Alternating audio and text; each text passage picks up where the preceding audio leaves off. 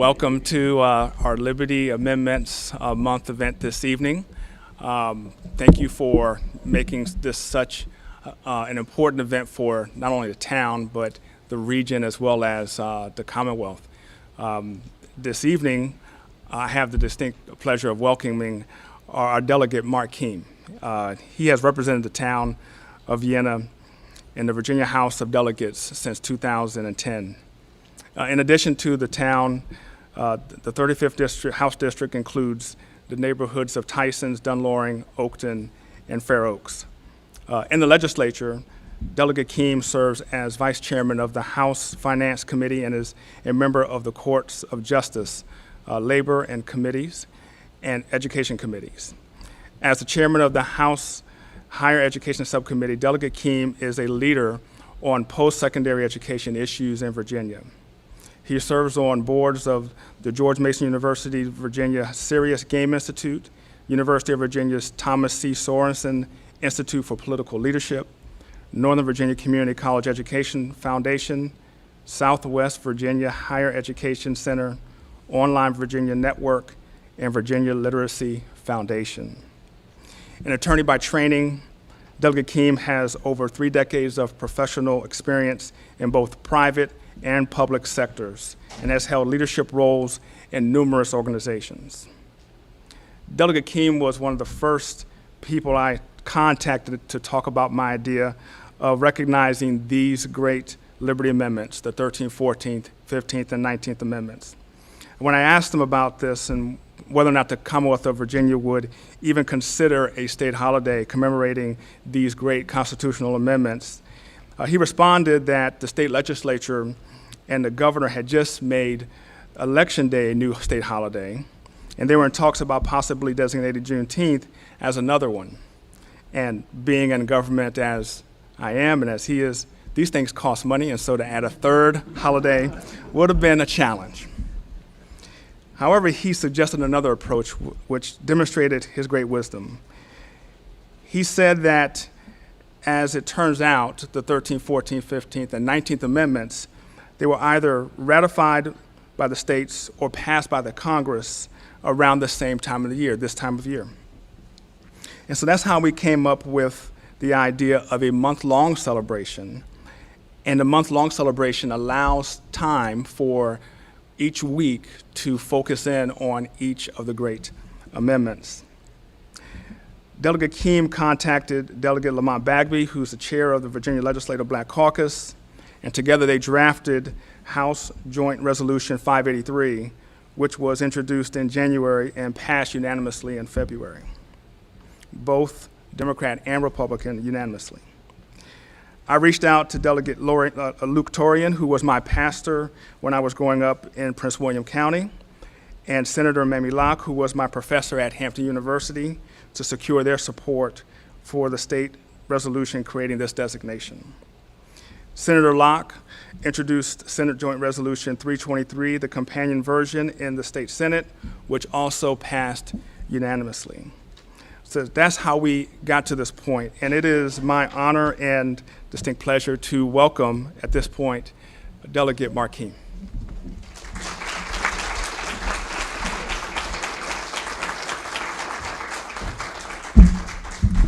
Well, good afternoon, everyone. It's so good to see all of you. And just because our special guest of honor is the president of George Mason, I brought this, my little Mason mask, but I'm not going to wear this, but I'm going to keep my tie on. And contrary to popular belief, Liberty Amendments Month does not mean liberty from these masks. It's a completely different kind of mask. Although we didn't have the foresight to think that when we designated the dates from June 19th through July 19th, that it would fall right at the time when our governor, as the rest of the country, were declaring independence and liberty from at least the tail end of COVID anyway. So I want to congratulate all of you for surviving and hunkering down, but also remembering all those lives that were lost and those whose jobs and economic security were threatened by this horrible, tragic COVID that we've had.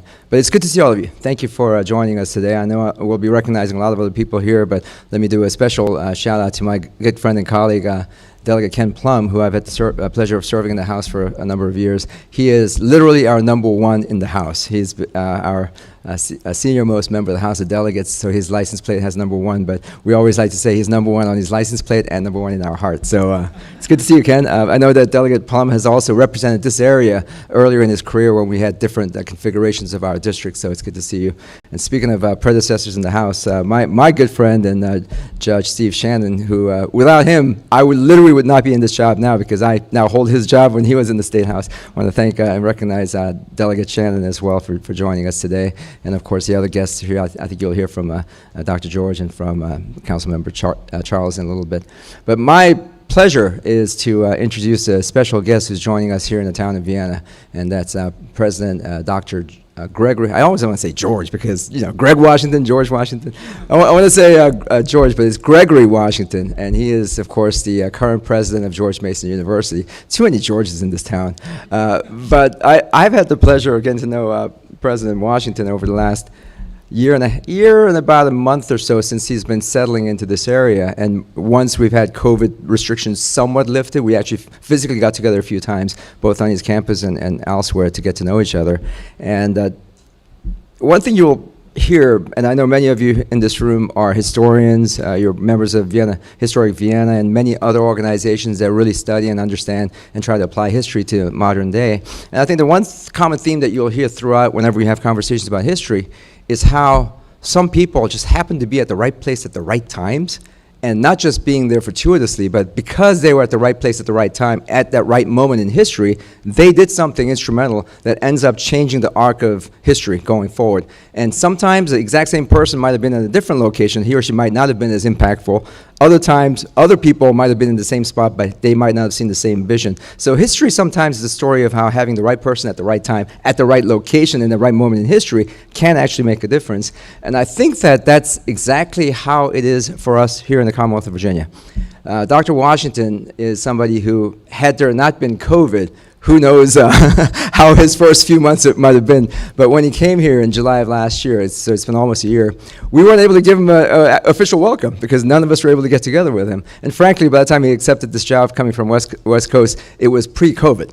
So had COVID hit maybe a couple of months before, who knows whether he might have said, do I really want to move, pack up everything, bring my wife and children and move across the country in the middle of a pandemic. But timing-wise, we were very lucky that we made the offer right before the pandemic began, and he accepted, and he came here right in the beginning. And now that the tail end of the COVID is coming to us, and now that the president is able to come out more often and visit, I'm so glad and we're honored that you chose the town of Vienna as one of the first major speeches that you're giving in the Commonwealth of Virginia about our history. So I'm really glad that you're here. Just a quick background on President Washington. He is currently the 8th president of George Mason University. Many of you know George Mason is one of our younger campuses, although it is the largest campus in Virginia. It's still one of the younger ones just in terms of our history. He is also an academic and an engineer by background. New York City native, born and raised there. He ended up going to high school in North Carolina, and which is where he ended up going to North Carolina State University for both of his bachelor's and his PhD in mechanical engineering. And having found a passion for mechanical engineering and also teaching, he ended up going into academia. So in 1995-ish or so, he went to Ohio State to teach there, and it became an interim dean of the engineering school at Ohio State. And a few years into that position, he really found a passion for leading institutions of higher education. And so a small little campus in Southern California called University of California, Irvine, recruited him to become their dean of engineering there. And the reason why that's special to me is because I am probably the only person in the Commonwealth of Virginia, other than Dr. Washington, that has a connection to that campus. I'm an alumni of University of California, Irvine. And so when I saw that in his biography, I was really excited that we're going to have a fellow anteater in Virginia. And so I'm glad to see Greg here as well. And after having served on campus there for a number of years, he is now joining us in Virginia. But going back to the point about being the right person at the right time, he is not a stranger to being the first person of his background to be in positions. He happens to be the first college graduate of his family. He also was one of the first, actually the first African-American who was the dean of an engineering school in the University of California system. It's a major, major system. And he also spent a lot of time making sure that the young African-American students on campus felt welcome. That happens to be a campus that has some diversity, but because it's California, most of the diversity is people that look like me, Asian Americans and other immigrants. African Americans, unfortunately, were not as highly populated in the STEM programs, and so Dr. Washington became a mentor and did a lot to ensure that the African American students felt that they had a place in the STEM. In fact, he secured grants and programs for them, and he did all kinds of maker founding. We talked about it the other day about having something that Orange County, California had never done before. He brought all these companies on campus to really talk about the need for more minority students to be involved. And so he is somebody that talks the talk and walks the walk. And the fact that at this critical juncture in our country's history, especially after what we witnessed last year in light of the tragic murder of George Floyd and all the conversations around our race and our equity and diversity and the need for our history to be taught the proper way for all generations, I think it's really critical that we have somebody of his background, his stature, his understanding, leading a university here. So he is not only the first African-American dean, president of George Mason University, but as a prominent leader in our Commonwealth who happens to be an African-American. I think his voice means so much more today than it would have been just a few years ago. And so with that, I'm so proud and pleased to welcome Dr. Washington to the town of Vienna for this inaugural speech.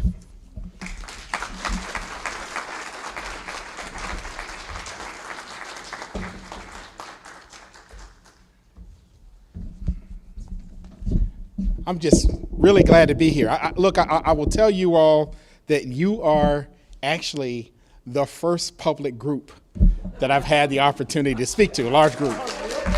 First one. So I am especially thankful for the opportunity to be here to talk with all of you today. And, you don't have an event like this without the hard work of some really, really dedicated people. And so, first and foremost, this is an innovative concept, right? I mean, the spin on this, the connection to these amendments is a very, very innovative way of looking at our country and looking at it from the perspective of what the country really is and what it's all about. And so that level of innovation and insight could only come from a place like Vienna. And so can we give Mercury Payton a round of applause for his development of this concept? And all of the individuals are responsible. Lily Widman, please give her a round of applause. And our local leadership that's here with us today, and that includes Steve Shannon, is Vice Mayor Howard Springsteen, is he here? Howard Springsteen in the back. All of these individuals are important to making this work, and I want to thank the panel who's going to come after me and talk today. And so I am just thankful and grateful for the opportunity to speak with you all and to talk about this topic.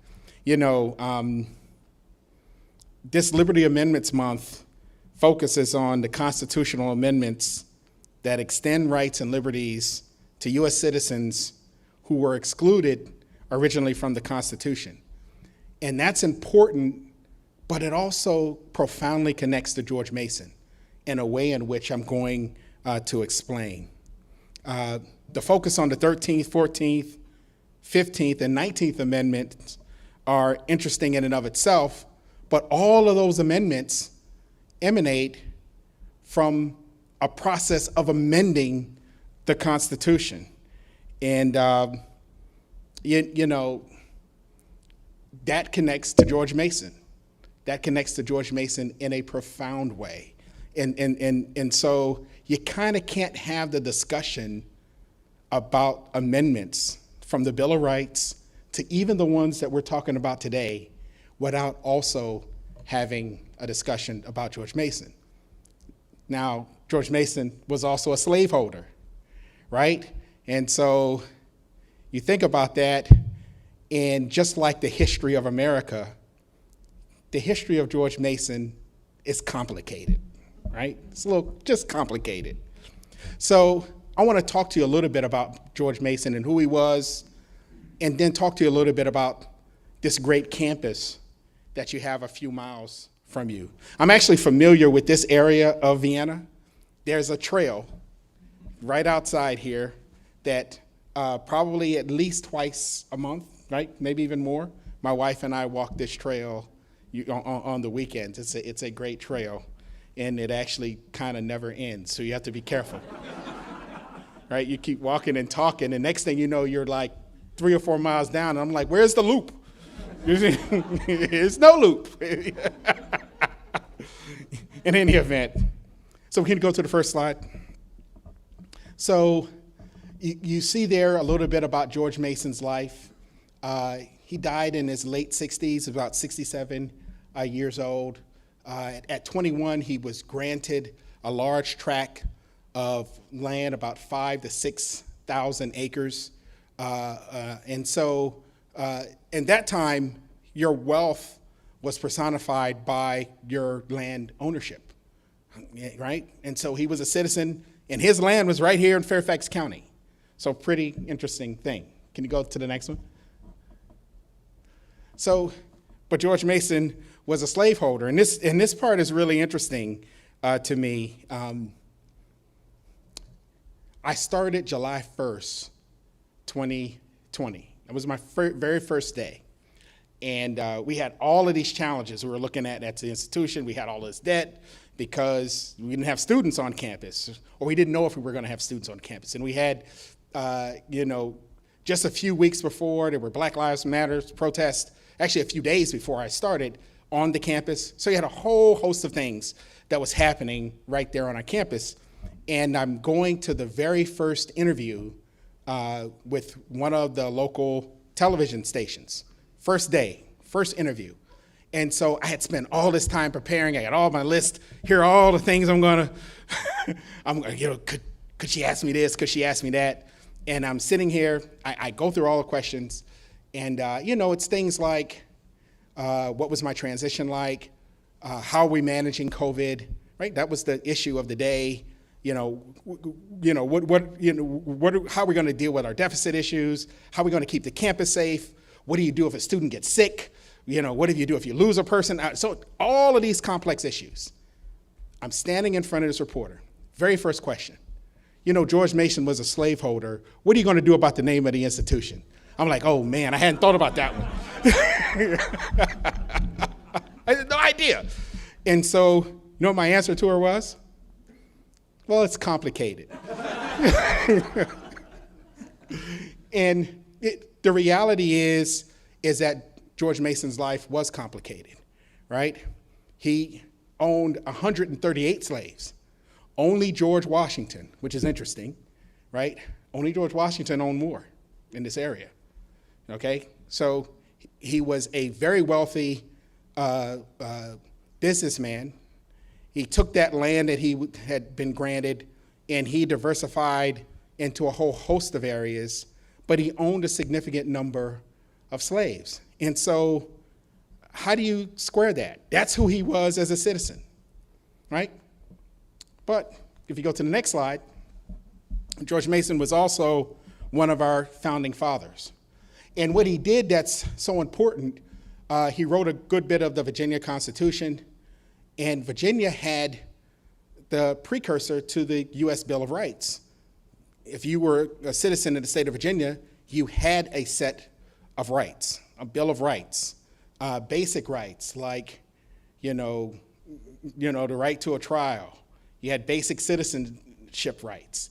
And George Mason was one of the authors of the U.S. Constitution, but refused to sign it. And he refused to sign it because he was one of 3 delegates who refused to sign it because it actually lacked in its formation a Bill of Rights. He felt that there should be a mechanism because we're not going to get this thing right? And he felt that there should be a mechanism to amend the document.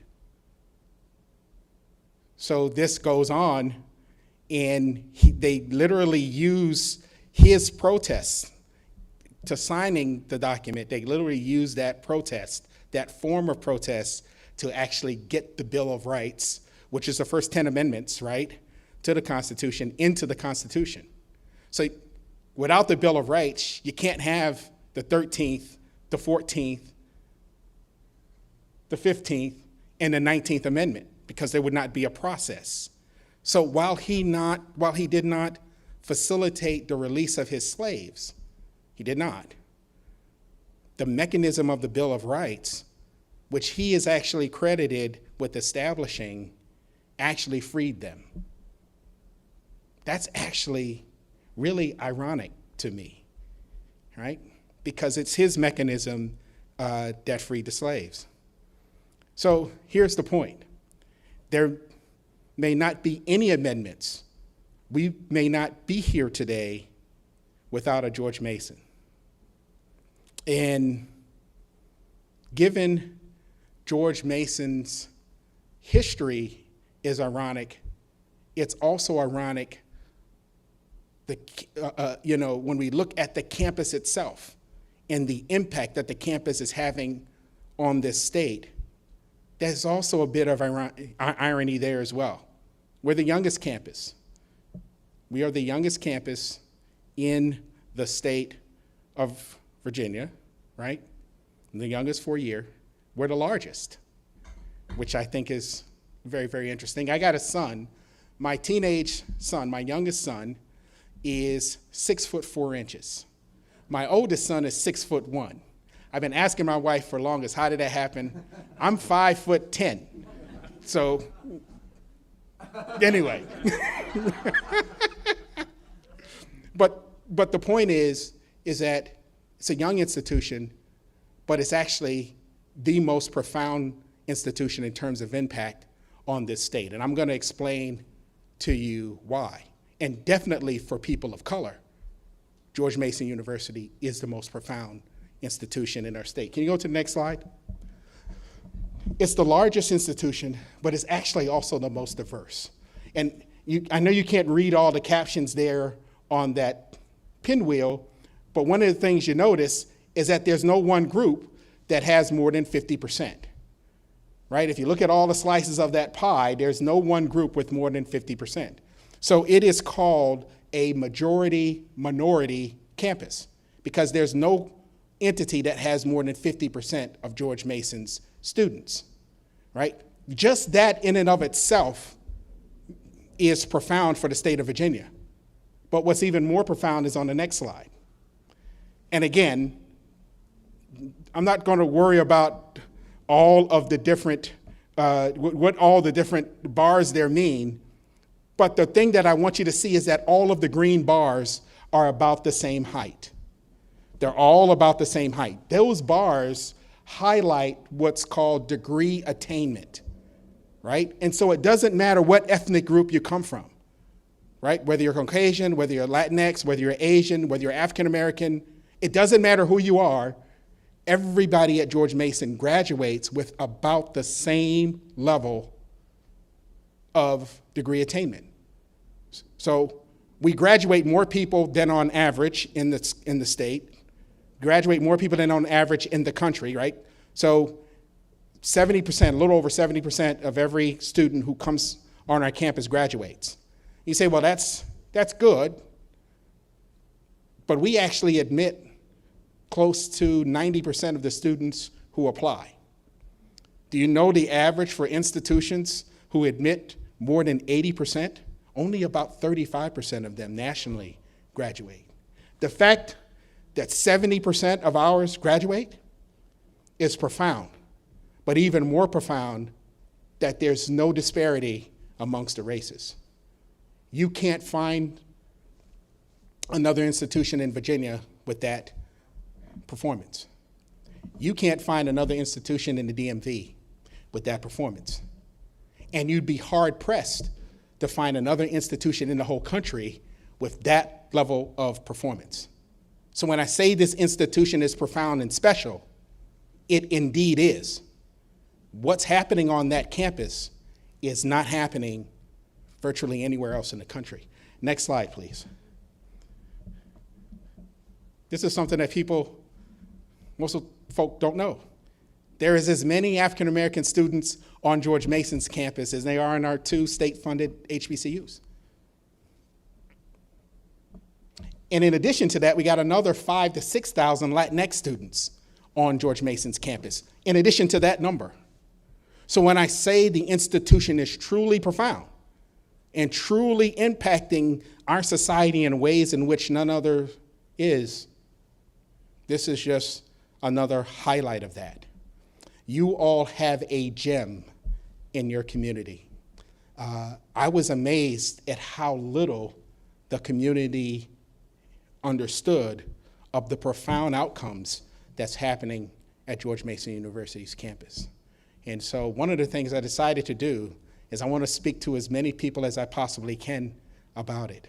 This is the institution of our future, right? Because we know that starting in about 2011, if you look at the youth that were born, there was no clear majority in the country. If we add up all the youngsters of all the different races and ages, and we look at it as a whole for the US, there is no clear majority. So when those individuals wind up at an academic institution and they start to hit those institutions in great numbers, what we're going to find is that lots of institutions across the country are going to look like George Mason. And as more and more move in our direction, right, they're going to say, who has figured out how to manage these students and manage them well? They're all going to want to be like us. But guess what? We're going to be someplace else. Next slide. And what do I mean by that? Here are a host of the kinds of activities that we're putting in place. And you'll hear, I won't talk about these, I just wanted to highlight them to you today. We really have a lot of programs in place to support our students.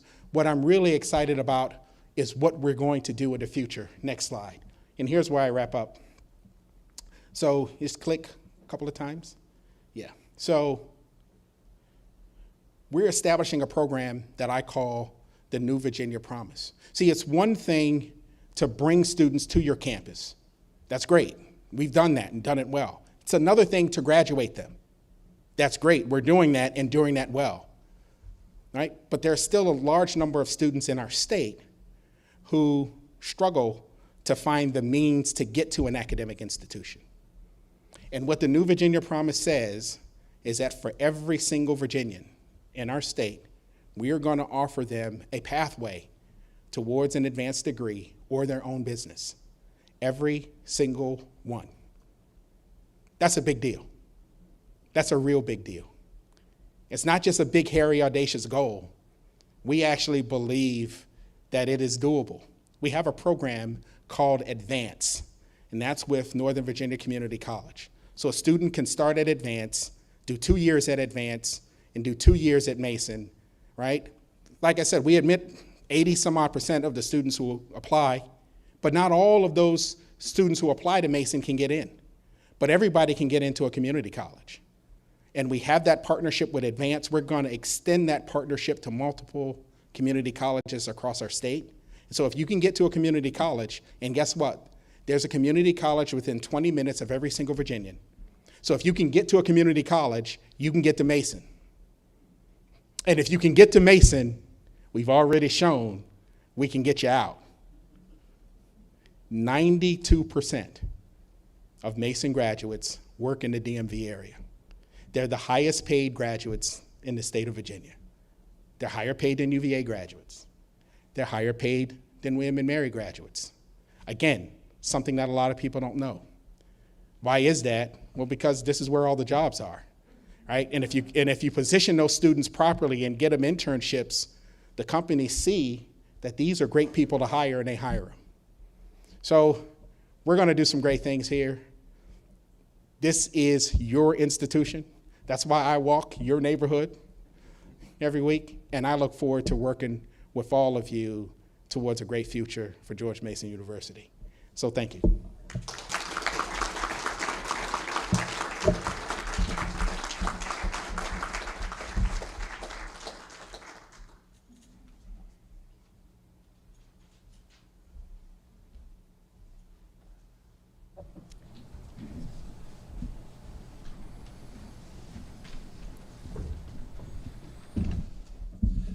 Thank you, President Washington. That's great, and we need somebody who's promoting such a super university. Dr. Oberle and I are both on the faculty. I'm on the law faculty, and Your predecessors did a great deal to make us an internationally recognized university. Collectively, we are just super excited that you're leading our university and attracting great faculty and attracting great students. It really is a great gift that you are willing to travel to the Commonwealth and to carry the flag for George Mason University. I do want to thank everybody for being here. My name's Steve Shannon. As my friend Delegate Kenneth indicated, I represented the town of Vienna in the House of Delegates for 6 years before Delegate Kenneth took the flag and carries it on behalf of our town. It's so nice that people are live streaming, and I'm especially honored to be here with Gregory Payton, who is the preliminary concept designer for Liberty Amendments Month. I remember talking to him early about the process, and in my own mind, I thought, well, this may take a couple years to actually get the legislature to pass Liberty Amendments Month. He figured out a way to work the system and got it done in a year, which is really remarkable, as Delegate Plum and Delegate Kenneth would both acknowledge. So I have the privilege today of introducing our panelists. And with regard to the idea of preliminary concept designers, Gregory Payton is really the one who thought about Liberty Amendments. With regard to this particular event, which is the idea of discussing George Mason and sort of the duality, how does somebody who is largely responsible for the idea of a Bill of Rights, somebody who cared about it so much that he refused to be a signer to the Constitution, someone who cared about it so much that George Mason, who was both a state delegate and a judge for decades in Fairfax, he had to give up his judgeship because he refused to sign an oath following the Constitution because it did not have a Bill of Rights at the time. So there was a cost to him. How can somebody who cares so much about individual liberties have also been the second largest slave owner in Fairfax? And the idea of discussing this conflict was largely the idea of Councilman Chuck Anderson, who's on our panel today. Councilman Anderson was elected to the Vienna Town Council in May of last year. Prior to that, as many of you know, he spent years on the Planning Commission. Councilman Anderson is one of the facilitators for the lecture series component of Liberty Amendment Month, and again, he's largely responsible for this event today. His day job is that he's a principal with Capital Trade Incorporated. This is an international trade firm that he helped co-found 30 years ago. He regularly testifies as an expert before the Commerce Department and the U.S. International Trade Commission. He received his undergraduate degree from Williams College and a master's degree in philosophy, politics, and economics from Exeter College, Oxford University. Next, I have the privilege of introducing the Dean of the Fairfax delegation, Delegate Ken Plum, who's my former colleague in the House, and Delegate Kenneth's current colleague in the House. Delegate Plum represents the 36th House District, which today represents Reston. He was first elected in 1978, and at the time, Virginia had multi-member districts, and his multi-member district included the town of Vienna, so he represented where we live today. Delegate Plum is a true public servant. He spent almost 30 years working for the Fairfax County Public School System as both a teacher and as administrator. He taught classes in both history and government, and he continues to teach periodically at the Learning and Retirement Institute on courses that include History of Virginia since Reconstruction and a new look at the Old Dominion. In the State House, Delegate Plum chairs the House Committee on Agriculture, Chesapeake, and Natural Resources. He's the chair of the Joint Legislative Audit and Review Commission and is a member of the House Committee on Appropriations. My colleague at George Mason University, Dr. George Oberle, is the final person I'm going to introduce for our panel this evening. Dr. Oberle is a history librarian at George Mason University. He has held several librarian faculty appointments since 2004. Dr. Oberle teaches courses as an adjunct professor. Interesting program for you today. When we got all together, we realized that we were all going to approach George Mason from a different time perspective. I'm going to kick off by discussing George Mason of history, that is the 18th century George Mason, and lay out the fundamental contradiction between his role as a drafter of the constitutions and a slaveholder, and try to explain why this is relevant to our celebration of the 13th Amendment. Delegate Ken Plum will follow me with a discussion of the historiography of George Mason. That is, how Mason has been viewed by historians and the public at different moments in our nation's history. And to conclude, Dr. George Oberle will present an incredibly interesting slideshow that focuses on how George Mason is viewed today, and in particular, how his legacy and the legacy of those who were enslaved by him is being addressed just down the road at GMU. Following these three presentations, there will be a question and answer period, so we ask you to hold your questions until the end. So without further ado, let me begin, and I have to start with a confession. As you probably gathered from Judge Shannon's introduction, I am not a professional historian. My day job is consultant, and those of you who know me professionally, and I'm looking at you, Frank Saylor, know that at times I've posed as an economist, as an accountant, as an IT expert, and yes, some people even accuse me of posing as a lawyer. So this afternoon, I ask your indulgence, and let me check my bucket list and speak to you as an historian.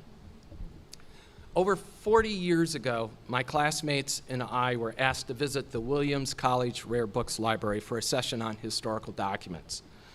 Little did I know that that visit would become the basis of my college senior thesis. My dear college professor and senior thesis advisor, Charles Dew, and one of the librarians who was there that day, Wayne Hammond, are still doing their thing at Williams and hopefully are online right now.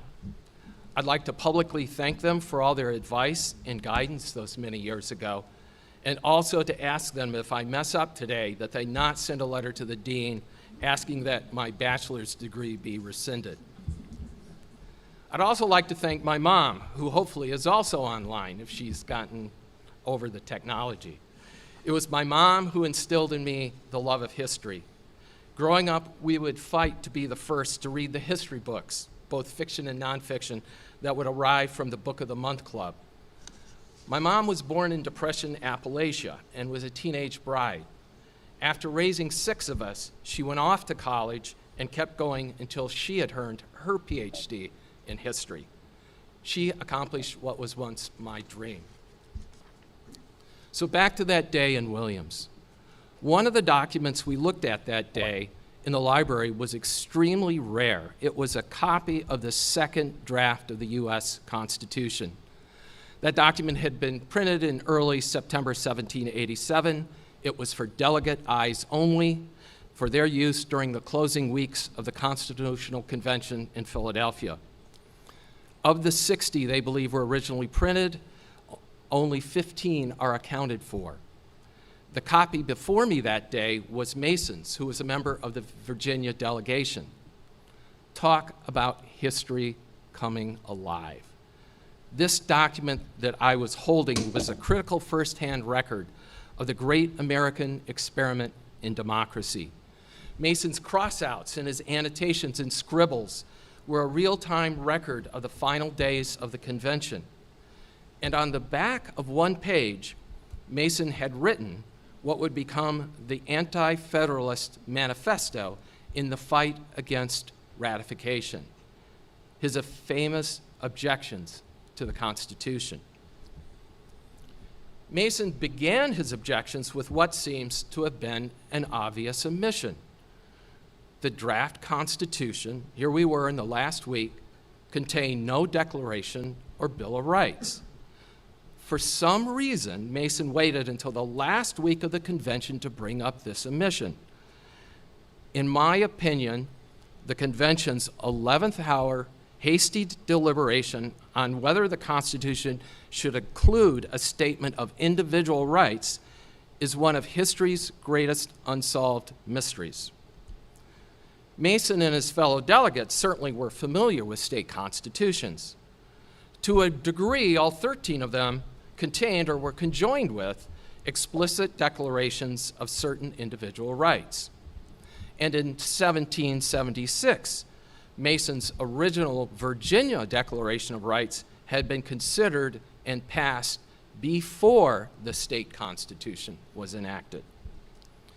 Some have argued that the majority of delegates believed that the individual rights and liberties were adequately protected by these state constitutions, making such a restatement of basic principles in the federal constitution redundant. But I find that argument unconvincing. The delegates had drafted constitutions, many of them had in states, and they knew full well that the federal government had certain direct powers over the people.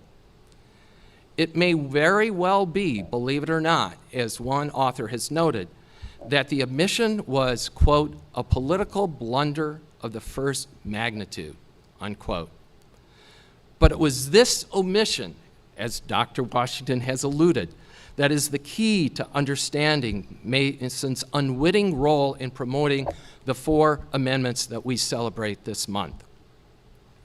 But before discussing that connection, I'd like to spend a few minutes talking about one of George Mason's other defining characteristic, that of a large planter and slaveholder in 18th century Virginia.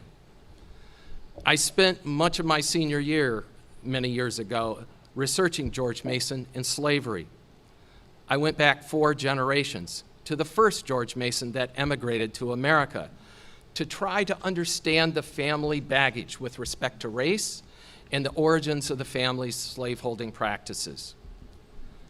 The first 2 generations of Masons obtained military titles not from serving in any army, but by leading militias that aggressively fought Indians on the frontier. Our George Mason's immediate father, George Mason III, was a mid-sized slaveholder. But George Mason IV, our George Mason, greatly increased his family's holding of slaves over his lifetime. By the time of his death in 1791, he was one of Northern Virginia's largest slaveholders.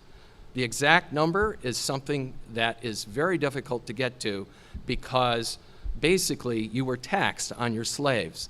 So owners of slaves had a tendency, Mason had 4 plantations. They had a tendency to move their slaves from plantation to plantation. When the tax collectors came around, so that the numbers in the official records are usually undercounted. But it had to have been somewhere between 100 and 300. As Mason himself admitted publicly, slaveholding by its very nature brought out the worst in humanity. Just down the road from here at the Fairfax County Courthouse, there are records indicating that Mason sought reimbursement for slaves executed by the state. That was a particularly cruel punishment, most often reserved in colonial times for recaptured runaways. There were also other newspaper accounts of runaway slaves from his plantations. It's pretty clear then that some of Mason's slaves expressed their opinion of him as a slaveholder with their feet and with their lives. The written record shows that Mason, like Jefferson and many other political notables of the day, was aware, at least on some level, that slavery contradicted the foundational language of the American Republic. At the 1787 convention, he had risen to speak in favor of banning the slave trade. Its existence, he says, produced the most pernicious effect on manners. Every master of slaves, and of course he was a master of slaves, is born a petty tyrant. They bring the judgment of heaven on a country. But Mason's extant writings do not dwell on this contradiction. As the real Mason expert here, Dr. George Oberle, has told me, Mason, perhaps above all else, was a businessman. And to use some modern parlance, never proposed a business plan that would allow slavery to be extinguished, while at the same time preserving the wealth and standing that he and his family had amassed. In his personal life, Mason, one of America's and the world's first champions of individual liberties, certainly fell well short of the cornerstone of the great American experiment. that all men, that all individuals are created equal. Now, Mason was a reluctant traveler and participant in political life, but like an 18th century zealot, seemed to show up at the big creational events of the American Republic. Most scholars believe that his greatest contribution was the 1776 Virginia Declaration of Rights. The document begins with these following words, and let me know if they sound a little bit familiar to you. That all men are by nature equally free and independent and have certain inherent rights of which, when they enter into a state of society, they cannot, by any compact, deprive or divest their posterity, namely, the enjoyment of life and liberty with the means of acquiring and possessing property and pursuing and obtaining happiness and safety. Those words sound a little bit familiar to you, of course, because a few weeks later, Jefferson borrowed heavily from them when he wrote the preamble to the Declaration of Independence. But missing from Jefferson's famed language is that particular phrase, enter into a state of society. That, scholars believe, was Mason's intellectual construct he used to exclude slaves from the blessings of the free republic. Why did Jefferson drop it? Probably because more so than Mason, Jefferson had an eye on style points as well as posterity. Over 20 years later, Mason's objection to the lack of a Bill of Rights in the draft federal Constitution was brought up repeatedly in the subsequent state ratifying conventions. In Massachusetts, the ratifying convention settled on a formula that would neutralize this objection, namely that along with ratifying the Constitution, that body, the state of Massachusetts, would recommend to the first Congress immediate passage as amendments of a Bill of Rights. That proposal quickly gained support. And in 1789, indeed in the very first few months of our American government, the Bill of Rights became the first 10 amendments to the Constitution. Those first 10 amendments, which Mason had a very important, albeit indirect, role in creating, established two principles that would become important precedents for future changes to our Constitution. First, that the Constitution indeed was amendable in practice as well as in theory. Think about it. This was a new experiment. We didn't know if we could amend a Constitution. The bar was very high. Well, that established it, that it could in fact be done. But for what? And that's the second, that the big foundational principles of self-government are the appropriate subject of constitutional amendments. Over 70 years after the Bill of Rights was enacted, the 13th Amendment, eliminating slavery, that we in Vienna celebrate this week, became the law of the land. By my count, 18 of the 27 amendments enacted so far fall into this category.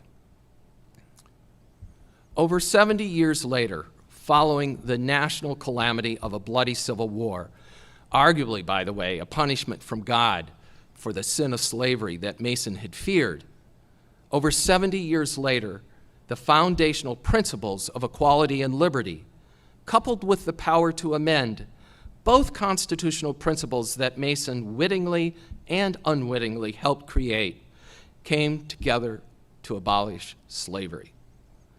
George Mason indeed is the embodiment of our nation at its worst and best. Its blindness to glaring contradictions and its occasional cruelty, but also its lofty ideals, our nation's trust in self-government, and its belief in laws to protect our individuals from the state and from each other. Lofty ideals that are timeless and good, and ones that we rightly reflect on and celebrate today, and ones that we as a nation are still striving to fulfill. Thank you.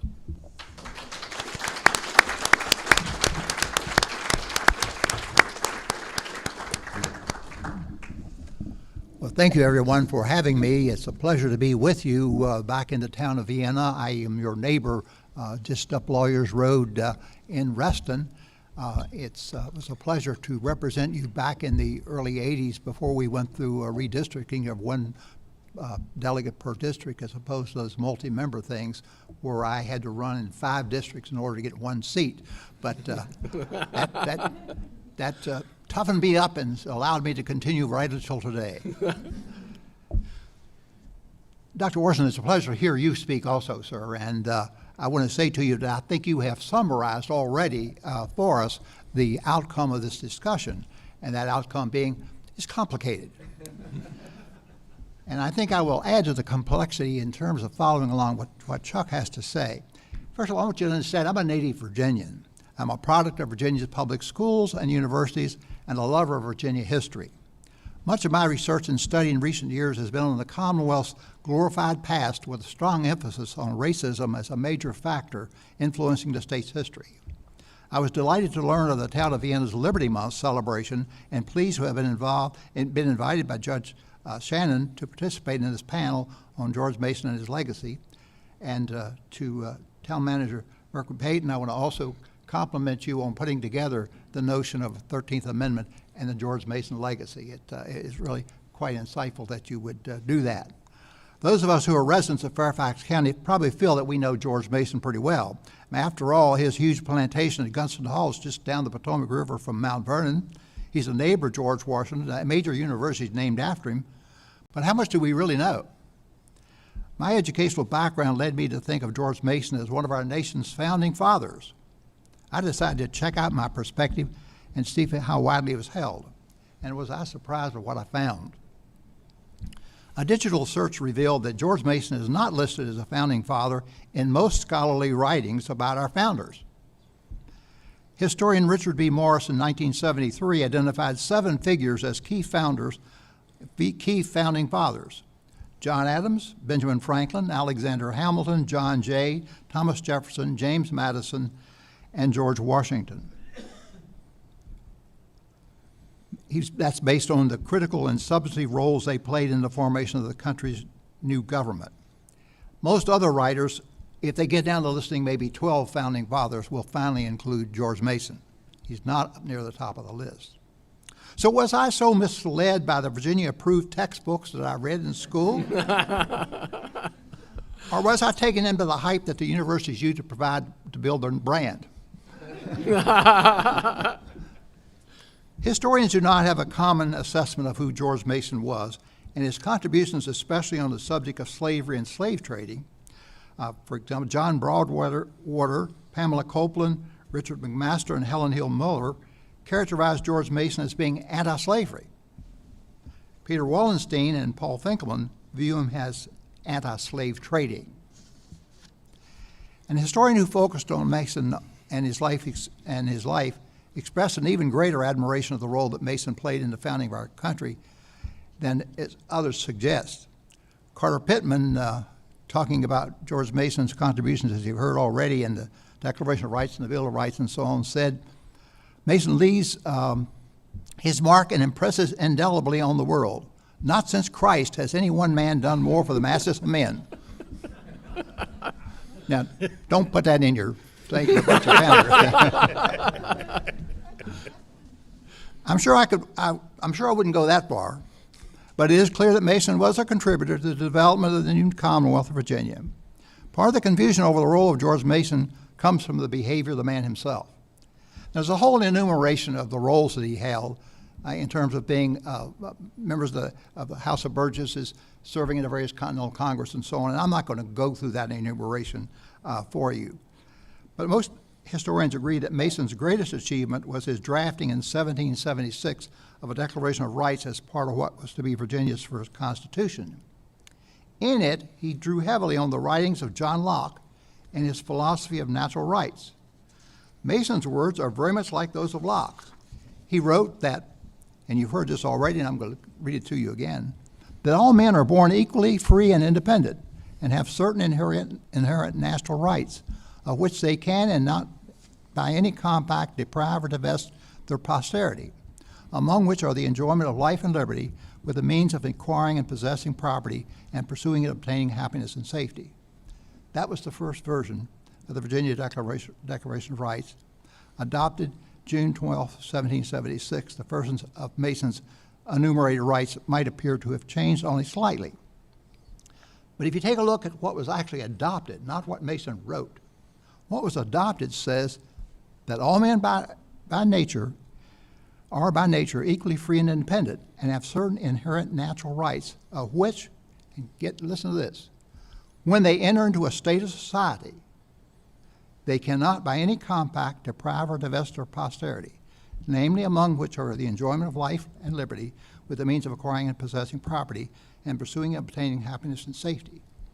The critical portion of the first article relating to slavery lies in the difference between Mason's draft, that all men are born free and equal, and the actually adopted Virginia Declaration of Rights that says that all men are by nature naturally equally free and independent when they enter into the state of society.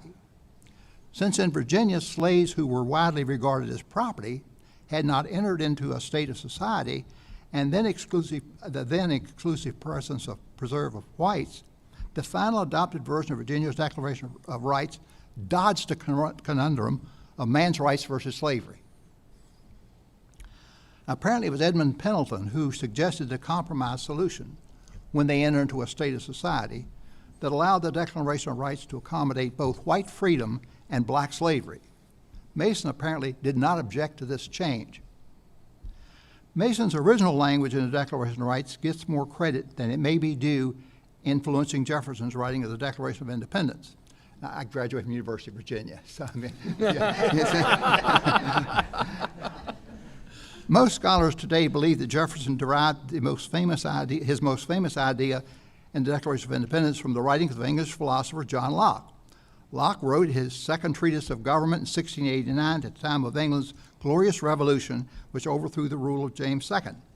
Jefferson wrote the oft-quoted words that, here we go again, all men are created equally and are endowed by their Creator with certain inalienable rights, that among these are life, liberty, and the pursuit of happiness. There are a significant difference between what Mason said, and what Mason had agreed to, and what Jefferson included in the Declaration of Independence. Jefferson did not include the language that qualified all men with the requirement that they must enter into a state of society. And Jefferson's freedoms did not include Mason's the means of acquiring and possessing property. That clearly was a reference by Mason that allowed him to oppose slave trading, but not slavery. According to James Madison's notes during the debate during the Constitutional Convention on July 11, 1787, to resolve the seemingly intractable matter of representation, Mason, according to Madison's notes, said, Mason opposed a motion intended to count slaves as equal to whites in his legislative apportionment. Mr. Mason could not agree to the motion, notwithstanding it was favorable to Virginia, because he thought it was unjust. It is certain that the slaves were valuable as they raised the value of land, increased the exports and imports, and of course the revenue would supply the means of feeding and supporting an army, and might, in case of emergency, become themselves soldiers. As in these important respects, they were useful to the community at large. They ought not to be excluded from the estimate of representation. He could not, however, regard them as equal to freemen and could not vote for them as such. He added, as worthy of remark, that the southern states have this peculiar species of property over and above the other species of property common to all the other states. In this speech, Mason demonstrated he was not atypical of the white property owning class at the time. He recognized the positive aspects of slavery. We already heard he's a great businessman, at least for white planters, and he refused to even consider recognizing blacks as equal to whites, even though it would have benefited Virginia regarding representation. In these scant few words, Mason eviscerated the idealism of its Virginia Declaration of Rights. As one student wrote in his master's thesis, Mason has been and likely will remain an enigma on the issue of slavery.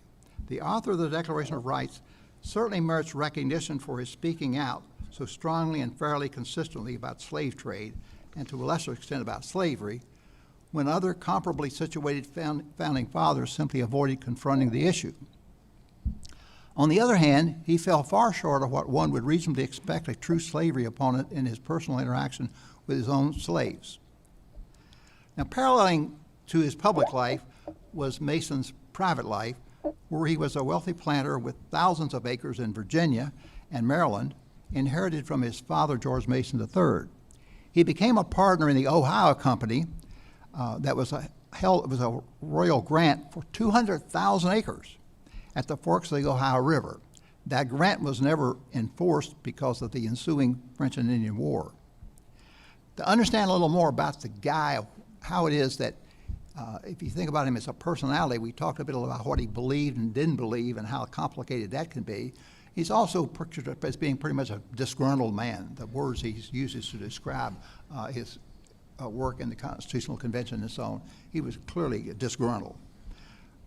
When you look at his personal life, you understand why. His first wife died from complications of childbirth, leaving him with 9 children, all under the age of 21. He suffered a prolonged periods of depression. Mason suffered from recurring bouts of gout, a form of arthritis that primarily affects one's joints. His debilitating condition first surfaced during his early 30s and was excruciatingly painful. He was known to walk on crutches, and on some particularly painful occasions, he was carried about in a chair. In addition to chronic gout, Mason also suffered from a bacterial infection of the skin. Now imagine getting on your horse and going to Philadelphia in that kind of situation. As for another indication of George Mason's, let me also say to you in terms of the perspective of how he stood in terms of age of the others. George Mason was 7 years older than George Washington. He was 18 years older than Thomas Jefferson, and he was 26 years older than James Madison. He was more of a senior citizen type, like I am with Mark, kind of like that. As for another indication of George Mason's view of slavery, he did not free a single slave on his death. His neighbor, on the other hand, George Washington, freed all of his slaves upon the death of his wife. Thomas Jefferson, who was bankrupt at the time of his death, freed only 5 slaves, at least 2 of whom he had fathered. In conclusion, George Mason was a very successful Virginia landowner and businessman. His foray into public life showed an early appreciation of the Enlightenment, but in the end he was swayed more by personal interest than a higher calling. It is fitting and appropriate that this series on the Liberty Amendment start with a discussion of our country's founding and the leadership of someone like George Mason. They left for their posterity a less than perfect union. It took many years and a great war to add to that early work to create a more perfect union. Thank you.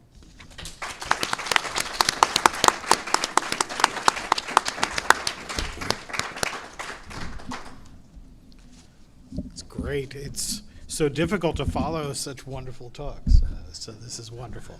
But I'm having a great time thinking about my dead friend, the curmudgeon George Mason. I feel like that could be a journal article title. So actually, I'm in the awkward position of actually being a working historian, but I'm not going to be talking a lot about the historical George Mason per se. I'm going to be talking about a lot of what we are doing at George Mason University and how we've been engaging with our students about the legacy of George Mason. And part of this comes actually directly from my role as a teacher and a librarian. And one of the most important things that I feel we have to do is find and search for a usable past. And when we say a usable past, it's something that is relevant. The past is not just a simple set of facts that are recorded. It needs to be relevant to our community. It needs to answer questions for us to really make it be useful to us. So with that in mind, and always trying to engage students, my colleagues and I began to think about this complex nature of George Mason, the man, partly because students began to ask us questions about George Mason. They began, especially students of color, began to ask questions about his slaveholding past. This was happening in these widely attended kinds of sessions where our wonderful friends from Gunston Hall, Scott Stroh, and many other people came and did a talk on George Mason. And what happened was my colleagues, Dr. Benedict Carton and Dr. Wendy Manuel Scott and I, started to actually think about, well, what would it mean to do research that kind of had students' questions front and center, but then we go out and help them understand what historians do. We do the field work, we find evidence, right? And we think about questions in perhaps different ways. So the next slide, please. So what I'm talking about is an initial group of folks where, that was led by those 3 faculty members, of which I'm one, and 5 students, 5 undergraduate students, who essentially, once they realized that George Mason was a slaveholder, the first thing they started to realize is that he owned children and people that were near the age they were as they were attending school. So they started asking really interesting questions. And these questions were really focused on things that you didn't find in the biographies. You didn't find significant answers about what life was like for the enslaved population on these sites. So, one of the things that these scholars, and it's not that they're bad scholars, they have different questions than what our students did, right? But 2, all of us are working with a paucity of remaining records. There are very limited sets of records that remain from George Mason in his writing. There have been a couple of published editions of these papers, 500 or so records that have been transcribed and typically used by almost every scholar who has a question about George Mason. and that was finished in like 1970, that 3-volume set. These are his public papers. Most of his private papers were lost. Some have remained in the custody of places like Gunston Hall, through his son, John Mason, one of his 9 children. And most of those records, though, by the way, were only found because they were in the papers of other famous people, like George Washington. And so since he corresponded with those folks, then those things survived. There are the odd ones, like the one up at Williams, which I still love the idea that this particular document got to that college, right? And there's a great story behind that. But it's really interesting when you start with such a paucity of records and you come at this really new set of questions. So the Enslaved Children of George Mason project really tried to center Black people, enslaved people, who were in terms of its questions. And in fact, the result of this work that we did was the emergence of a memorial on our campus that is designed to be a space that acknowledges the lived history and experiences of the namesake of our university, but also the people he enslaved who made his life possible. One of the things that is really important to note is George Mason University was not built necessarily directly with enslaved labor. We don't have the same legacies and challenges of places like UVA, places like Georgetown, places like Brown, because it's not just a Southern thing. We don't necessarily have that legacy. However, we do have the legacy that connects to George Mason's lasting influence of the institution of slavery and racism in the region and the nation. Next slide, please. So the memorial emerged from the work directed by us in the summer of 2017. We really focused on our key document, believe it or not, was something that is pretty much ignored by most scholars. And actually, it's the crux of an article that soon, I hope, will be published in a major journal. And that's his last will and testament. Because if there's any kind of expression of George Mason's ideas on slavery, it's in the last will and testament. Because that tells you what he was going, what he felt, what he needed to do with that. And I'm happy to talk more about that, but I want to focus on the memorial. We got to this document in the courthouse at the Fairfax County Historic Records Department with our good friend Heather Bollinger, who introduced us and our students to the vast set of records that are in that local repository. And by actually getting at these repositories, yes, the last will and testament is in his papers, but a lot of other documents aren't. And so we were able to start kind of engaging with new sets of questions and answer some things. Just like the example that Chuck mentioned in terms of the enslaved, of George Mason trying to be compensated for the loss of the death of one of his enslaved people who ran away and died in custody. And that person's name was Dick. So by going to many of these local repositories and places like the Library of Virginia, the students were able to kind of explore the lives of the enslaved population on Mason Neck and the Mason properties in Maryland. And this led them to creating these mini research projects, and we used an online exhibit tool developed by the Roy Rosenzweig Center of History and New Media at George Mason called Omeka.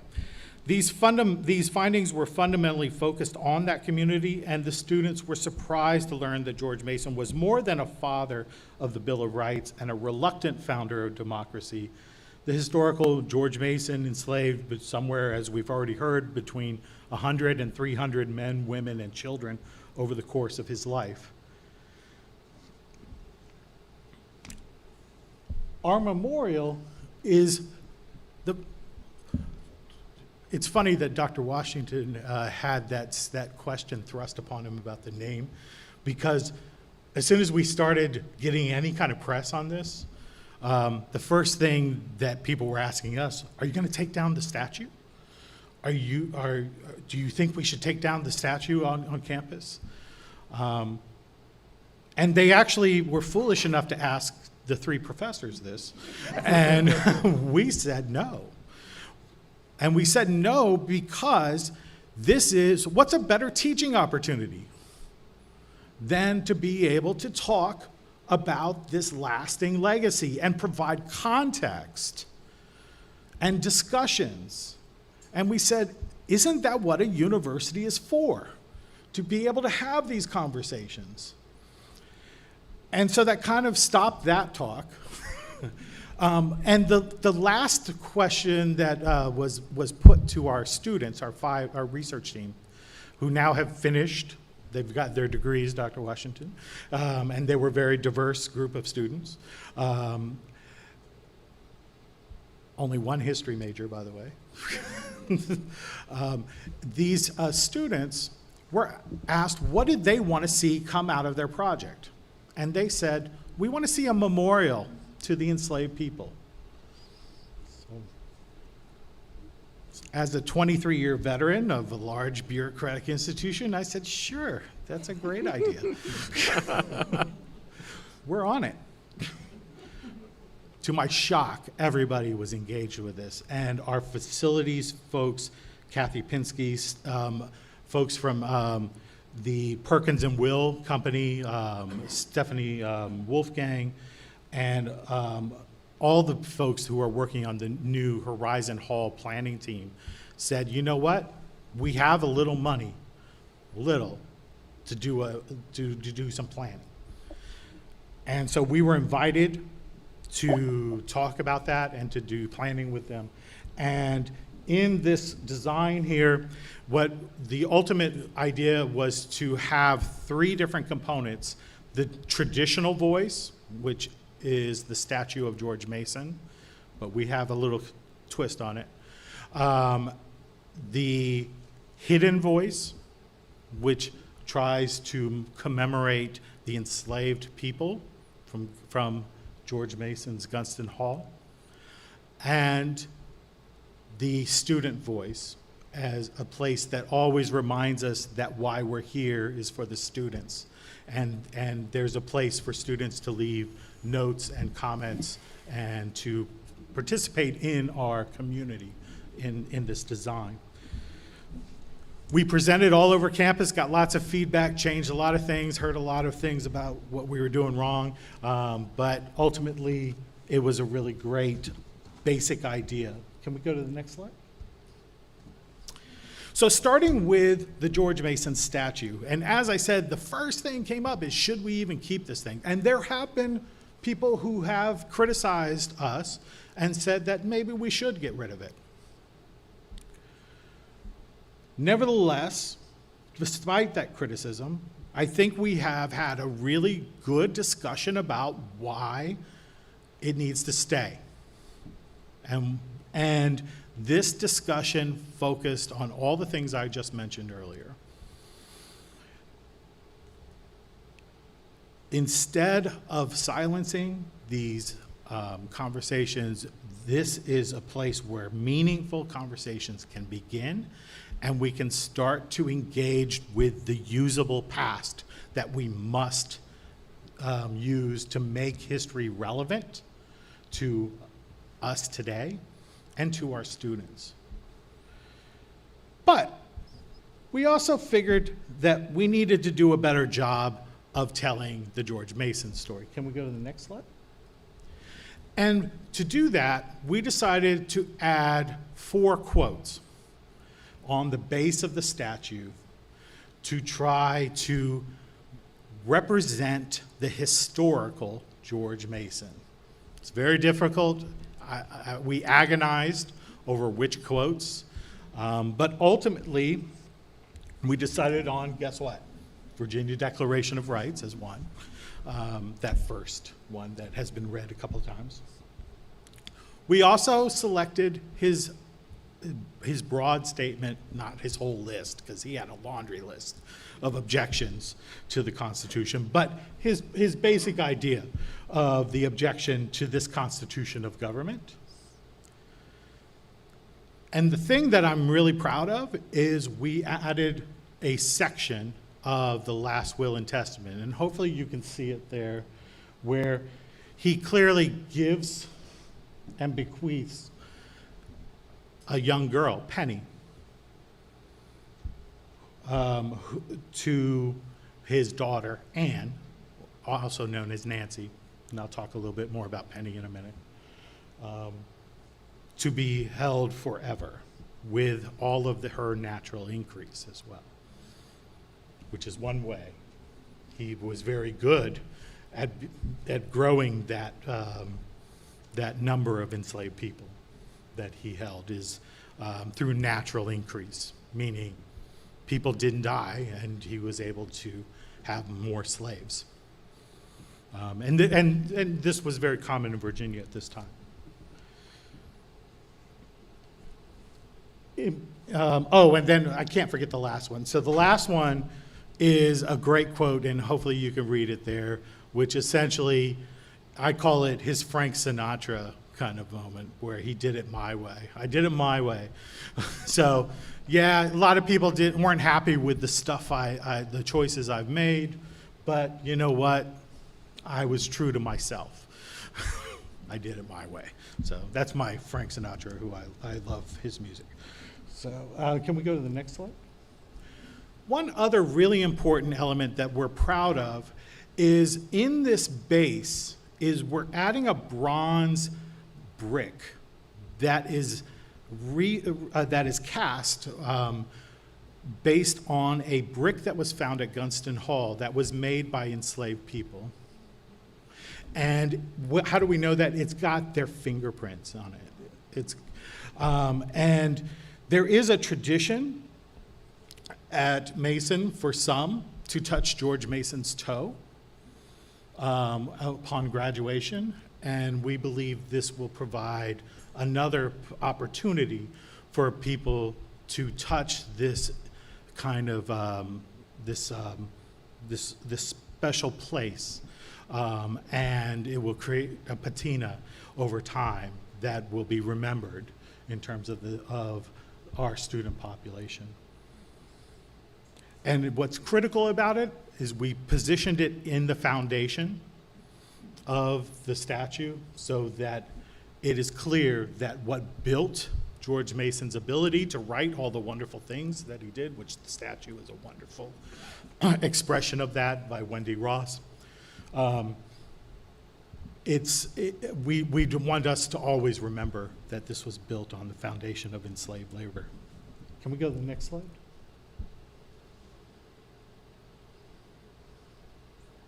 No, it's fine. So this is the penny panel. So we used this idea of silhouettes to represent the enslaved people because we don't know what they look like. But in many ways, we borrowed the idea from different artists. We have actually, Mount Vernon has used a similar kind of silhouettes with cutouts, but not in this way. They use the kind that you might get at, say, a Disney World or someplace like that, where you have something cut and made to your likeness. This penny panel, one of the things that's critical is that it contains the names. It, as well as the next panel, contains the names of every enslaved person that we could find. Every single one. Our team, which I have wonderful graduate students who work with me, our team found an additional 30 people that were not known before. And so we're very proud of this work. Let me tell you what we do know about Penny. We don't know a lot. In 1795, George Mason's father-in-law, we'll call him Grandfather Eilbeck, gave an enslaved child to each one of George Mason's 6 children at that time. This is how Penny came to labor in Virginia.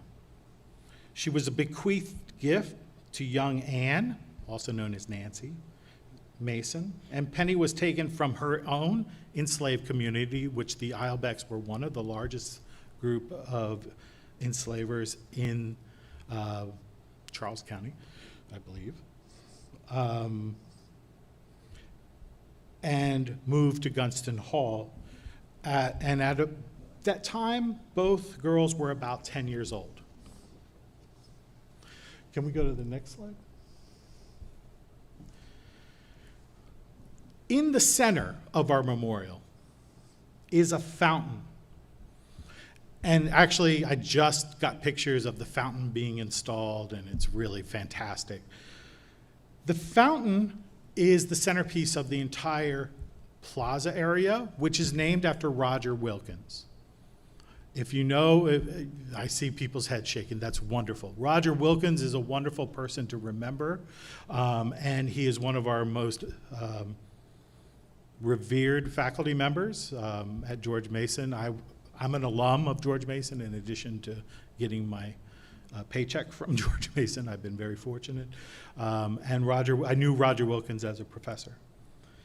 He was a noted civil rights leader and professor at George Mason. He wrote a very important book on the topic of the founders in slavery called Jefferson's Pillow. And the fountain in the center of the plaza that is named for him is designed to be a healing space, which I think Roger would be proud of.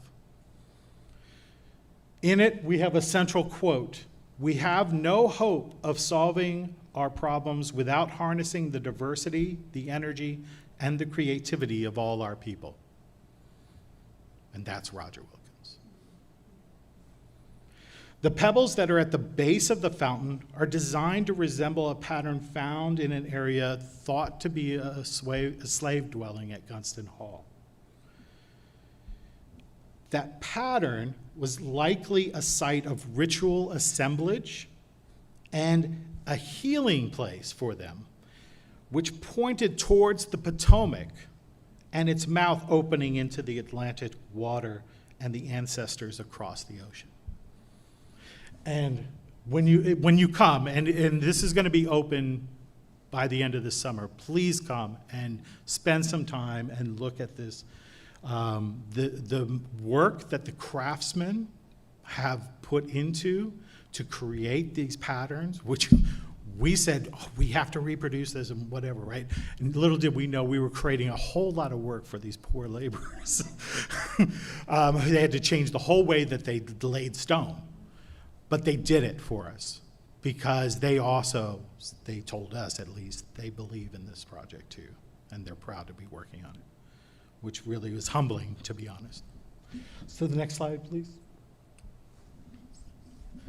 So the second silhouette, and I didn't say it with Penny, but hopefully you can see it now. When you look through the silhouette, what do you see there? George Mason. Yeah, I mean, it's critical. And when you stand at a certain point, and there are places for you to stand, and we have little prompts on what to think about as a question, right?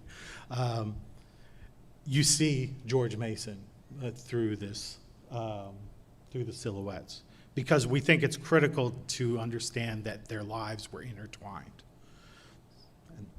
So James was a personal attendant who worked long hours in the distinctive liver or service uniform. James would have stood by the proprietor of Gunston Hall ready to fulfill any order or duty. James prepared his master's wigs, waited table for the Mason family, opened the front door for the gentry, and traveled with its owner. And likely when he had problems with gout, he likely carried him in that chair that you were mentioning. In fact, our students were blown away by that. So I'm glad you mentioned it, Chuck. On the plantation, many enslaved people labored outside the house. They cultivated the soil.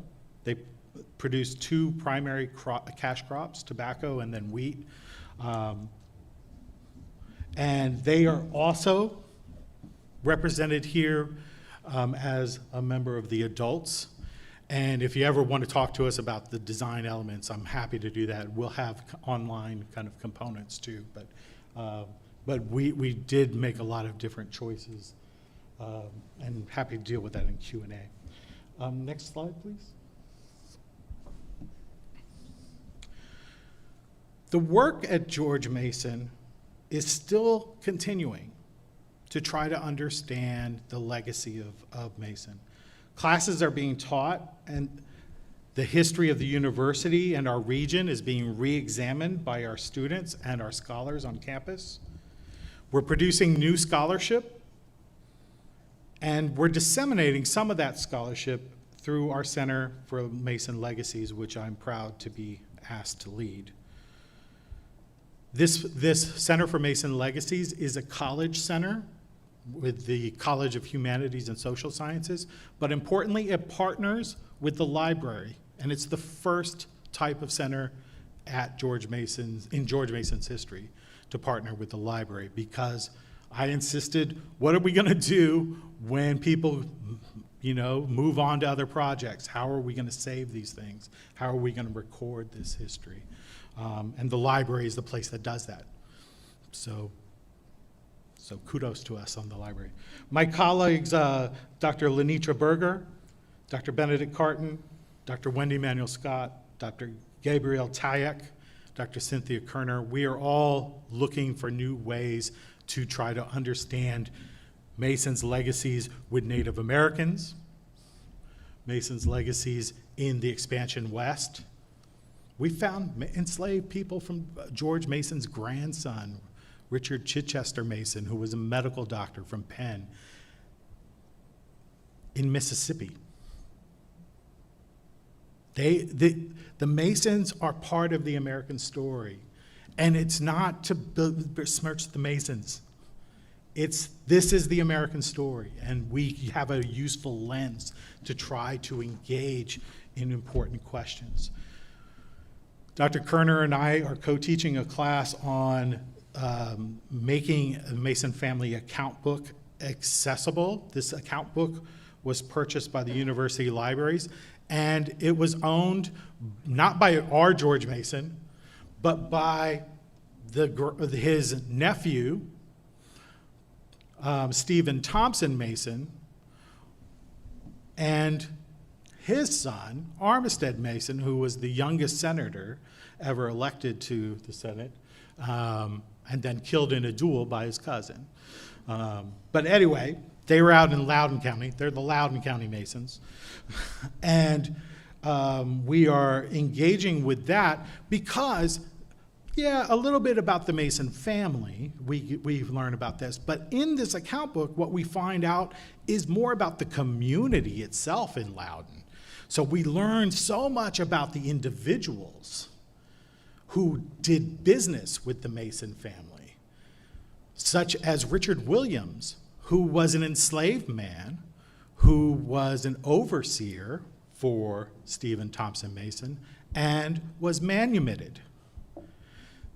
This man then continued to work for Stephen Thompson Mason, and he then purchased the freedom of at least one, maybe two, of his sons. So this is a complicated story, and we want to know more.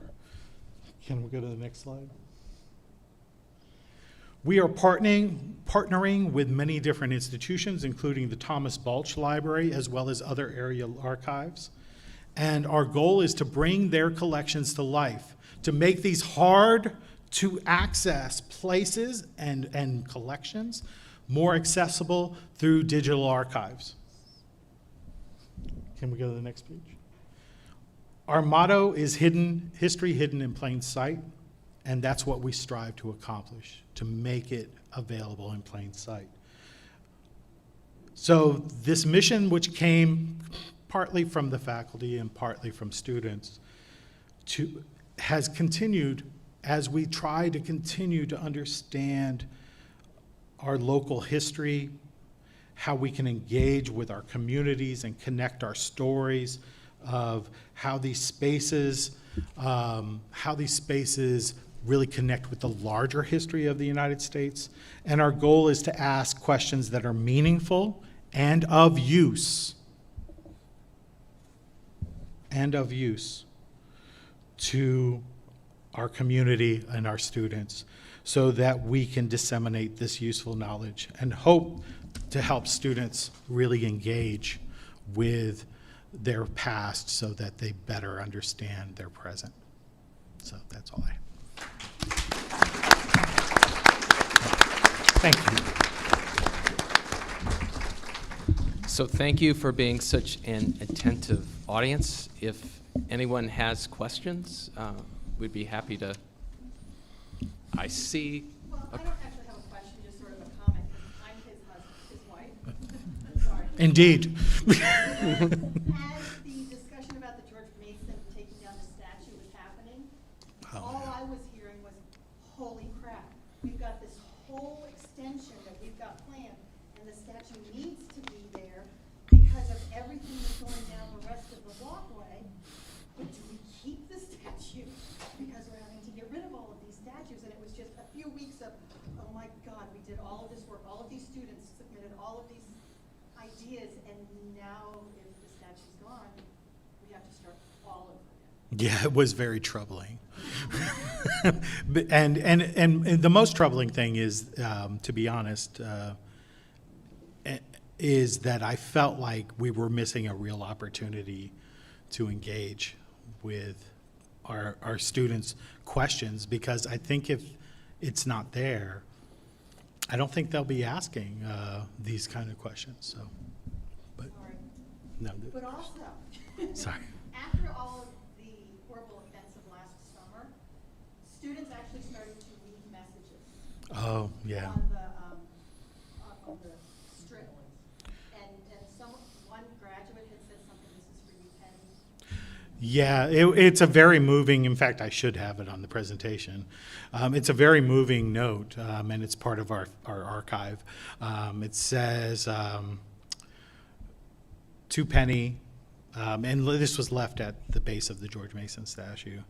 Actually, shoot, I'm going to get it wrong. It was signed, and the student said that they appreciated the education that they received that he denied to Penny. That's kind of that paraphrasing, but it was very powerful.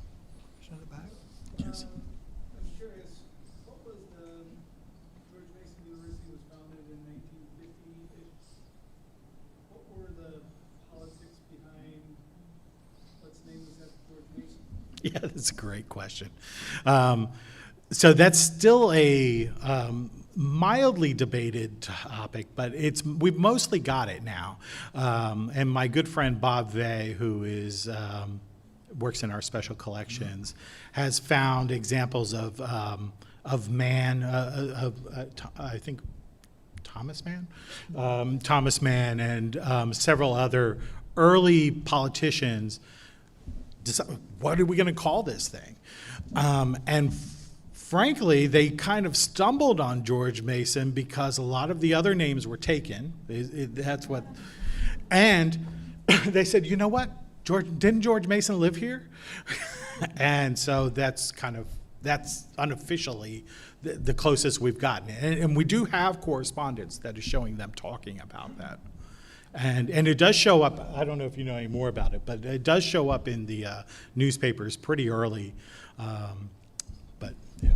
Before that time, it was the University of Virginia Extension. That's right. That's right.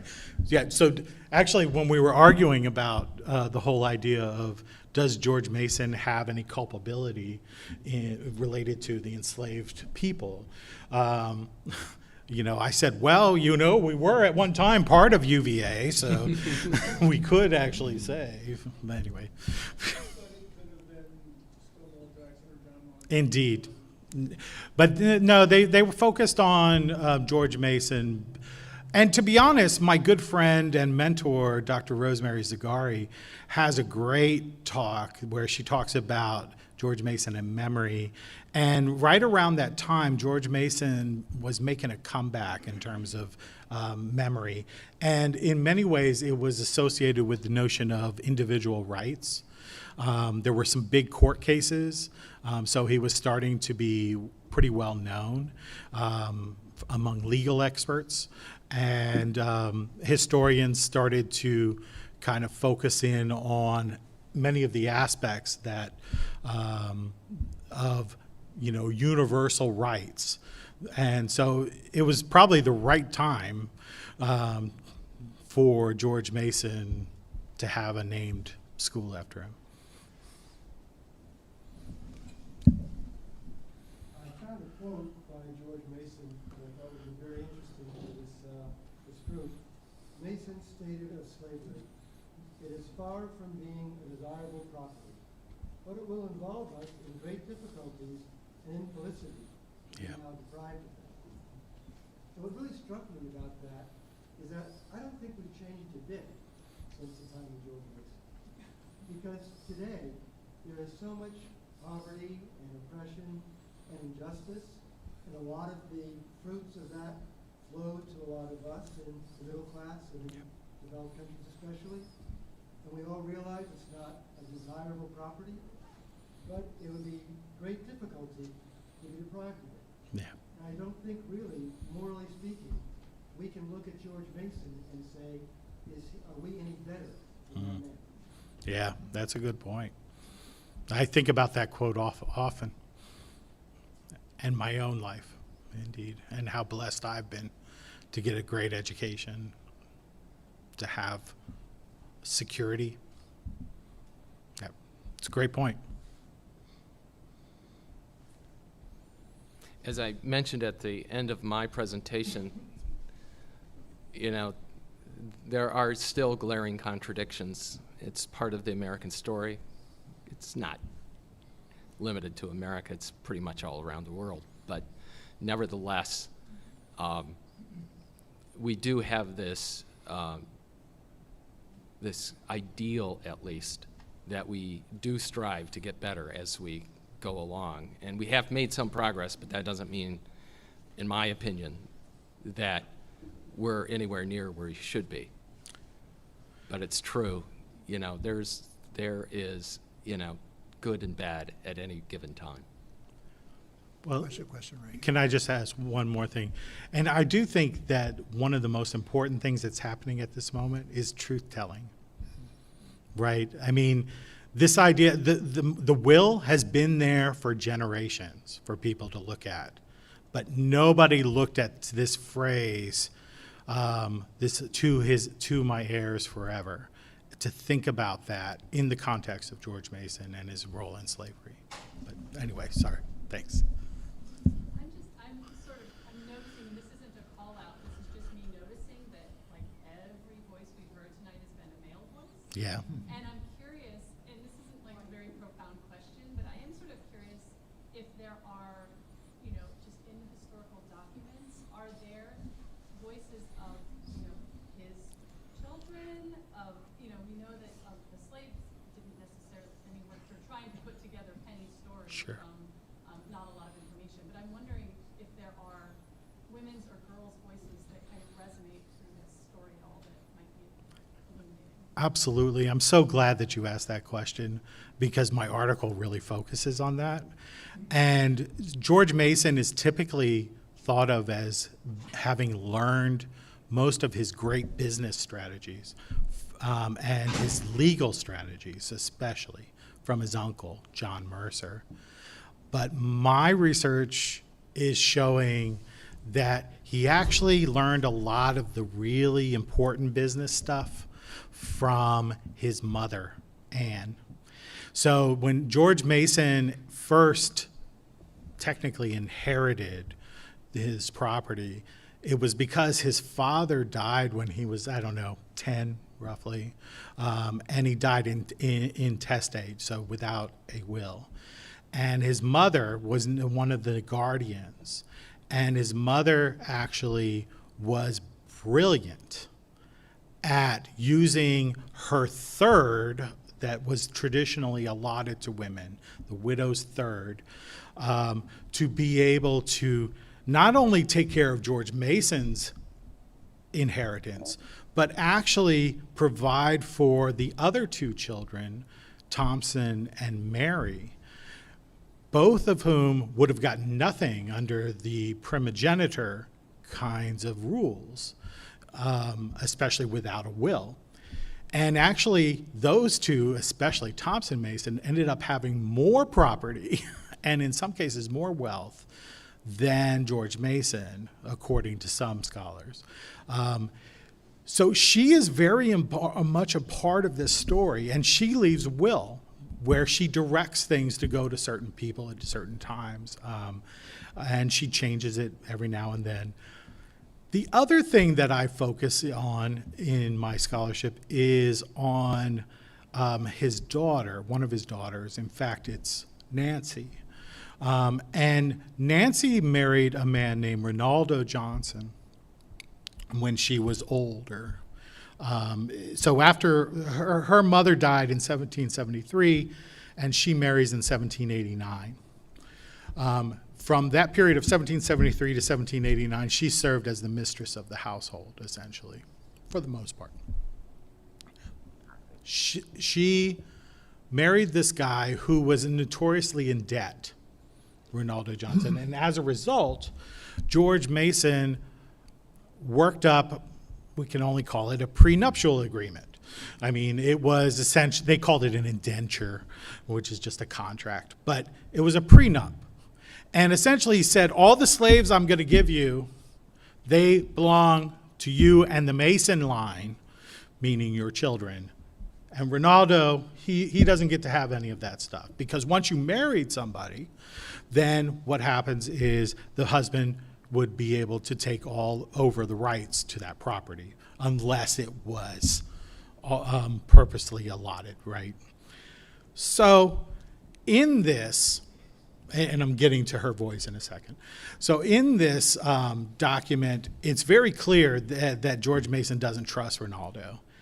So in her own will, written in Maryland, where she moved with Ronaldo, and she wrote it around 1803 or somewhere, she makes a real clear statement of how much that statement, that prenup agreement, hurt her personally, and the relationship she felt that she had with her father from that point on. And it's a stunning find that I don't think anybody else has found.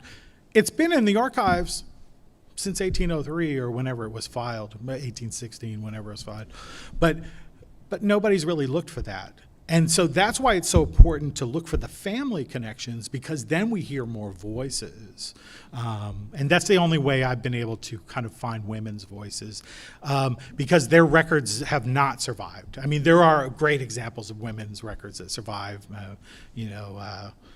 Mercy Otis Warren, many others. But anyway, I hope that kind of answers. Sure. So it's getting close to 7, and we have time. Let's do one more question if there's one out there. If not, then, Oh, yeah? yes. So, these men were men of their time. George Mason. Is there any history on the treatment of his slaves by him? Was it that his family owned slaves, and obviously he was a deep thinker. He was one of the authors of the Virginia Constitution and the U.S. Constitution. Was he a more common slaveholder that was, for lack of a better term, harsh with his slaves, like you would imagine would be common theme of the day, or was, because he was a deeper thinker, did he have inner conflicts within himself because of what he espoused and then what he lived? Gosh, I think we can all talk on this a little, right? But I'm happy to. Sure. So the question was I'm going to shorten it and tell me if I get it wrong. The question is, was George Mason was indeed a man of his time? How was he as a slaveholder? Was he benevolent? Was he cruel? Or was he kind of average? I think is the question, right? The short answer is we don't know, unfortunately. We don't know exactly, because George Mason's records on this are very much lacking. But what we do know is that slavery was undergirded by violence as a means of maintaining order. And as a patriarch, he was a leader of the militia, and one of the key responsibilities of the militia was to maintain order. Should there be scenes of disorder. And one example of disorder would be potentially slave rebellions or unrest. As Chuck mentioned, he did pursue, I think actually, as both of you mentioned, he did pursue enslaved people who ran away. He did not necessarily, that we know of, object to the violence visited upon enslaved people when it was time to met out that violence for running away. In one case, a group of enslaved people that seemed to be owned by George Mason, enslaved by George Mason, were executed for potentially trying to poison an overseer, and their heads were, displayed upon and affixed on the chimney of Fairfax County Courthouse. This is one of the cases where George Mason sought compensation and was not able to get compensation. That practice of getting compensation goes back to Barbados.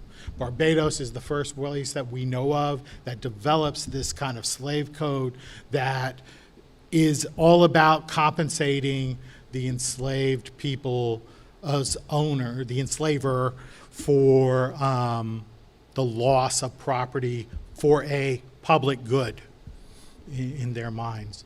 So we really don't know, but in everything that we see about George Mason, he is a traditional slave owner. Everything, as Chuck is saying, right? He's part of the Virginia slaveholding class, as Wallenstein points out, that Delegate Plum mentions. He is part of the system. He does not object to it in terms of his wealth. So I don't know, but it is likely he visited some forms of violence upon. I mean, that's the best I got. Yes, hi. As a follow-on to that, Sure. do you have any idea whether he fathered slave children traditionally? Fathered? No, we have no evidence of that at all. No. I would honestly be surprised. I don't know. I don't know why I'd be surprised. He really did. I think one of the main reasons is he really loved his wife. I mean, he wore mourning clothes for the rest of his life. I mean, he just adored her. And although he did remarry, that marriage was really a kind of favor to a friend for this person to help take care of her. And he had a carefully drawn indenture for her as well. He's very good at these legal indentures. So, I hope that answers your question. It was a good question, I think, to conclude on. I would like to thank Dr. Washington and Delegate Plum and Dr. George Oberle for taking out time and doing the hard work to put together this wonderful presentation today. I'd like to thank everybody from the town who did all of the logistical stuff and put up with us. Oh, yes. But most of all, I'd like to thank you for coming out and supporting us on Liberty Amendments and making Liberty Amendments Month more than just, fun and entertainment, which there certainly are a lot of those things, but also an opportunity to reflect and look closely at issues that are central to our government and central to our American society. I do want to put in one plug before we leave, is week 2 and Amendment 14 kicks off Saturday at 1 to 3. It's a very different type of event. We're super excited about it. It is going to be a discussion of one of the seminal due process cases in American history, Loving versus Virginia. And we are incredibly fortunate to have as our special guest for that Philip Hirschkopf, who was one of the 2 lawyers who argued the case in the 1960s. So don't miss that. It will be a special event. It is being sponsored by the Young Lawyers section of the Fairfax Bar Association, and it's really a must-see. If you can't be there, please register, then go online. It'll be a very special event. And thanks, everybody. Thank you. Sorry, I took all the questions. appreciate you. Okay. Attorney Cohen, the other attorney, was a good friend of mine. Is that right? Yeah, he passed He away. passed away. Passed away, but Bill Herkoff has been. Thank you. Thank Thank you. Carol Ann. Thank you. Yeah, we sounded pretty good.